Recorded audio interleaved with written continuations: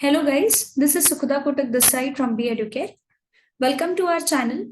आज डिस्कस करेंगे कि वाइस प्रेसिडेंट होता कौन है, उसे अपॉइंट कौन करता है, उसके काम क्या होते हैं एंड किस तरीके से उसको पावर्स डेलीगेट किए जाते हैं।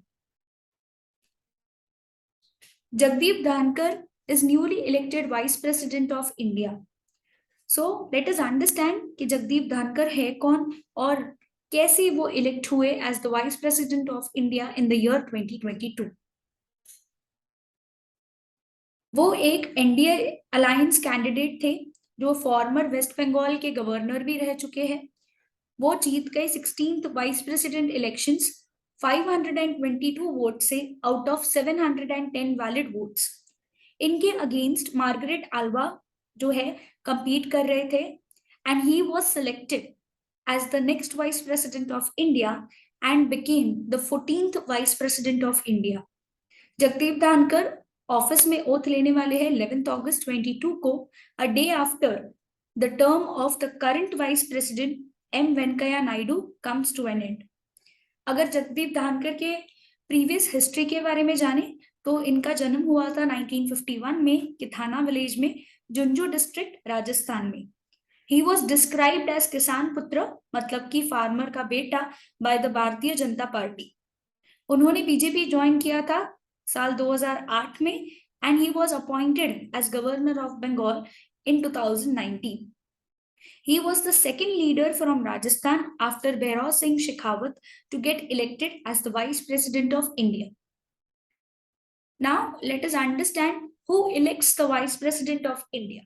So, he or she is elected by the members of an electoral college consisting of the members of both the houses of parliament, that is Lok Sabha and Rajya Sabha.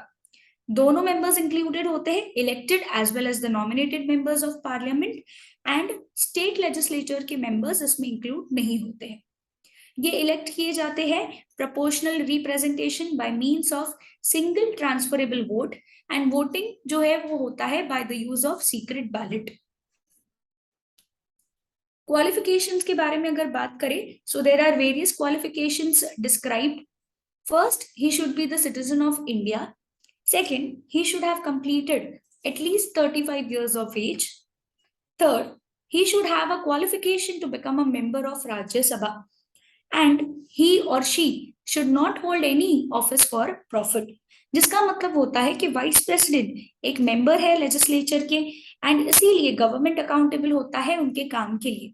तो वो जो भी काम करते हैं वो किसी भी तरीके का उनको पर्सनल फाइनेंशियल गेन नहीं होना चाहिए, ना ही उस पोजीशन का उनको एडवांटेज या बेनिफिट होना चाहिए।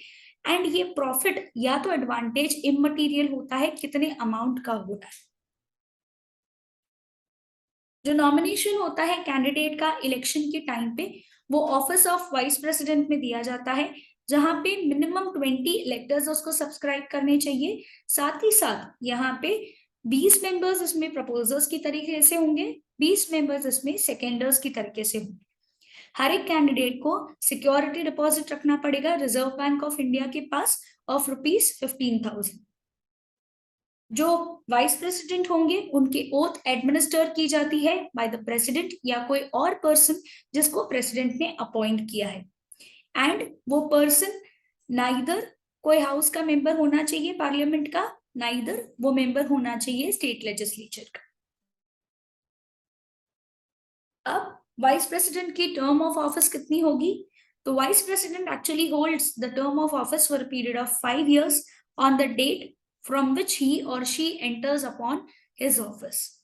वो कभी भी रिमूव किए जा सकते हैं by a resolution of Rajya Sabha, जहां पे एब्सोल्यूट मेजोरिटी मतलब कि total strength of the house में से मेजोरिटी ऑफ द लोग जो है एक रेजोल्यूशन पास करते हैं कि vice president should be removed and which should also be agreed by the Lok Sabha by passing of a simple majority resolution. ये रेजोल्यूशन मूव नहीं किया जा सकता until and unless minimum 14 days advance notice दिया गया है। Vice president can be elected for any number of terms. Vacancy of the vice president के बारे में डिस्कस करेंगे। वैकेंसी जो है वो अलग अलग रीजंस की वजह से हो सकती है। फर्स्ट हो सकता है जब उनका जो टेन्योर है 5 इयर्स का वो एक्सपायर हो गया है, वो खत्म हो गया है तब, या तो वो जब खुद रेजिग्नेशन दे देते हैं तब, और ऑन हिज रिमूवल जब उनको पार्लियामेंट में से निकाला जाता है, रेजोल्यूशन पास करा जाएगा राज्यसभा में और लोकसभा में तब, ऑन हिज डेथ, और either he is disqualified by the supreme court of India. अगर किसी भी तरीके का डिस्प्यूट्स या डाउट्स अराइज होता है उनके इलेक्शन के बेसिस के ऊपर, तो वाइस प्रेसिडेंट की इंक्वायरी हो सकती है एंड सुप्रीम कोर्ट डिसाइड करेगा कि whether the election of the vice president is true and fair और not, and the decision of the supreme court will be the final decision. Talking about his powers and functions, तो constitution of India में article 63 जो है वो बात करता है that there shall be a vice president of India.